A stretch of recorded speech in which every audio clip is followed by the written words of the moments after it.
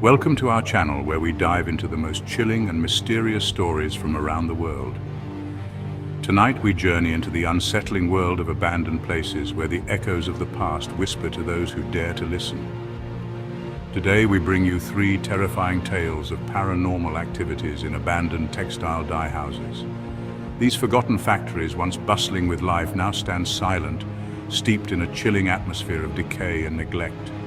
The air within their walls is thick with the stench of chemicals long gone, and the machinery sits idle, rusting and whispering secrets to the shadows. Turn off the lights, sit back and prepare to be scared. The stories we are about to share are not for the faint of heart. They are tales of eerie encounters, unexplained phenomena, and the chilling presence of something else. Something that lingers within the crumbling walls of these abandoned dye houses. Nestled on the outskirts of a forgotten town, shrouded by an eerie silence, stood the old mill. Once a thriving textile dye house, its brick facade now crumbled, stained with the faded hues of long-forgotten dyes. Locals whispered tales of the mill, tales of strange noises and unsettling feelings that kept them far from its decaying walls. One cool autumn evening, a young photographer, drawn by the macabre beauty of the decaying structure, decided to venture inside. The setting sun cast long, eerie shadows across the overgrown courtyard as he stepped through the shattered doorway. The air inside was heavy, thick with dust and the lingering, pungent scent of chemicals. As he ventured deeper into the heart of the mill, the photographer felt a cold shiver crawl down his spine. The silence, once peaceful, now seemed to press in on him, broken only by the creaking of the floorboards beneath his feet. He reached into his bag, retrieved his camera, and began to document the decay. He moved towards a set of iron stairs, their once bright paint now reduced to flakes of rust. As he climbed, each step groaned in protest. He reached the top of the stairs and stepped onto a landing overlooking the factory floor below. It was then he heard it, a low, guttural growl that seemed to emanate from the very walls of the mill. His heart pounded in his chest as he slowly scanned the shadows, his camera trembling in his hands. The growl came again, closer this time, followed by the distinct sound of heavy footsteps pacing back and forth on the floor below. Suddenly a deafening clang resonated through the mill, like a metal pipe being struck against the concrete floor. The photographer jumped, his blood turning to ice in his veins. He swung his camera in the direction of the sound, his finger hovering over the shutter button. The air grew colder, a bone-chilling cold that seeped into his bones. He felt a presence, something unseen but undeniably malevolent, watching him from the shadows. Panic welled up inside him, urging him to flee. He turned and ran towards the stairs, his breath catching in his throat as he stumbled over the uneven floorboards. As he reached the bottom of the stairs, he heard it again, that guttural growl, this time right behind him. He didn't hesitate, he didn't dare look back. He bolted towards the shattered doorway, his heart threatening to burst out of his chest. A group of friends, their youthful curiosity fueled by local legends, decided to explore the abandoned sterling dye factory on the edge of town. The factory, a hulking mass of brick and broken glass, had stood silent and deserted for decades. Stories circulated about the factory, tales of workers who had met with grisly accidents within its walls, their souls forever trapped within the decaying structure. The friends, armed with flashlights and a sense of bravado, arrived at the factory just as the sun began to dip below the horizon.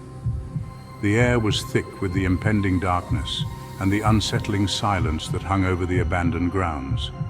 As they approached the main entrance, a rusted metal gate creaked ominously in the slight breeze. One by one they slipped through the opening and onto the factory grounds, their laughter echoing unnaturally in the stillness. As they ventured deeper into the complex, the shadows lengthened, swallowing the light from their flashlights. The factory floor was littered with debris, broken machinery, shards of glass, and piles of rotting fabric. The air inside the factory was heavy with dust and the lingering scent of chemicals. As they explored, they couldn't shake the feeling that they were being watched. They entered a large room, its high ceilings crisscrossed with rusted pipes and wires dangling like skeletal fingers. The far end of the room was dominated by a massive dyeing vat, its once bright paint now peeling and faded. As they approached the vat, one of the friends, a girl named Sarah, gasped and stumbled back, pointing a trembling finger towards the vat. "Did you see that?" she whispered, her voice barely audible. The others turned to look, their flashlight beams scanning the area around the vat. "See what?" one of the boys asked, his voice a nervous tremor. There was someone there," Sarah stammered, her eyes wide with fear. "Standing by the vat. A man, I think. He was just there. And then he was gone." The others exchanged uneasy glances, their bravado beginning to waver. They tried to rationalize her experience, suggesting that it was just the shadows playing tricks on her. They continued their exploration, but the atmosphere had shifted, the air now thick with a palpable sense of dread. As they moved through the labyrinthine corridors of the factory, they began to hear strange noises. Whispers carried on the wind, footsteps echoing from empty rooms, and the distant clang of metal against metal. The temperature dropped, a sudden chill that cut through their jackets. Then they saw them, fleeting glimpses of figures moving in the shadows just out of reach of their flashlight beams. The figures seemed translucent, almost spectral, their forms shifting and swirling like smoke. The friends froze, their hearts pounding in their chests as they watched the ghostly figures dance in the darkness. One of the boys, emboldened by a surge of adrenaline, shouted at the figures, demanding to know who they were and what they wanted. The only response was a low, mournful wail that echoed through the factory, sending chills down their spines.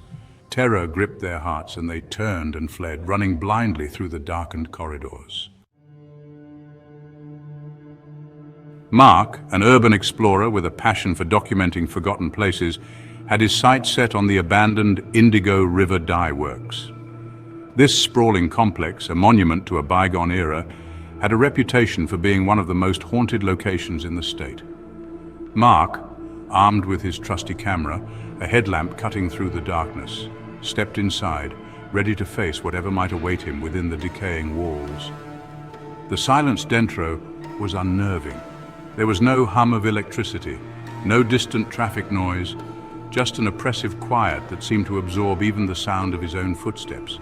He walked through vast, echoing spaces, past rusted machinery and vats that still held the faintest hint of color. He set up his camera in the main factory floor, a cavernous space where the air was thick with dust motes dancing in the beam of his headlamp. As he adjusted the settings, he felt a prickling on the back of his neck, the distinct sensation of being watched. He spun around, expecting to see someone or something lurking in the shadows, but there was nothing there. Shaking off the feeling, he started filming, his camera capturing the desolation and decay. He narrated his exploration, his voice echoing in the silence as he walked deeper into the heart of the factory. He reached a room that seemed to have once been an office, a lone desk standing defiant against the encroaching decay. As he filmed the scene, he swore he saw movement out of the corner of his eye. He swung the camera around, catching a fleeting glimpse of something darting behind a stack of old crates. His heart pounded in his chest as he cautiously approached the crates, his headlamp illuminating the dust-covered floor. He moved a crate slowly, holding his breath, expecting to find a stray animal, but there was nothing there. As he turned to leave, he heard a noise that sent chills down his spine. It was a soft, childlike giggle seeming to come from right behind him. He whirled around, but the room was empty. He continued his exploration, his senses on high alert. He reached a hallway lined with small rooms, each one containing a rusted bathtub. These tubs, he knew from his research, were once used to dye fabric. As he filmed the eerie scene, his camera picked up a strange mist gathering above one of the tubs. The mist swirled and pulsed, taking on the shape of a human hand reaching towards him. Mark jumped back, dropping his camera in his haste to retreat. He scrambled back, his heart pounding in his chest as the ghostly hand dissipated into the air. He retrieved his camera and quickly left the room, his mind racing to rationalize what he had just witnessed. He tried to convince himself that it was just a trick of the light, a figment of his imagination, but deep down, he knew that he had seen something truly unsettling. He pressed on, driven by a mixture of fear and morbid curiosity. He reached the factory's old power room, its massive generators silent and still, covered in cobwebs and dust. He set up his camera, aiming it at the control panel, its dials and gauges frozen in time. Thank you for watching. If you enjoyed these terrifying tales, don't forget to like, subscribe, and hit the bell icon for more spine-chilling stories. We're constantly exploring the darkest corners of the internet and the world, seeking out the most chilling and unsettling stories to share with you. Share your own paranormal experiences in the comments below. We're always eager to hear from our viewers and delve deeper into the mysteries of the unknown. Tell us about the places you wouldn't dare to visit alone, the things that go bump in the night, and the shadows that seem to have minds of their own. Until next time, stay safe and stay scared. Remember, there's always something lurking just beyond the edge of the light, waiting for the moment to reveal itself.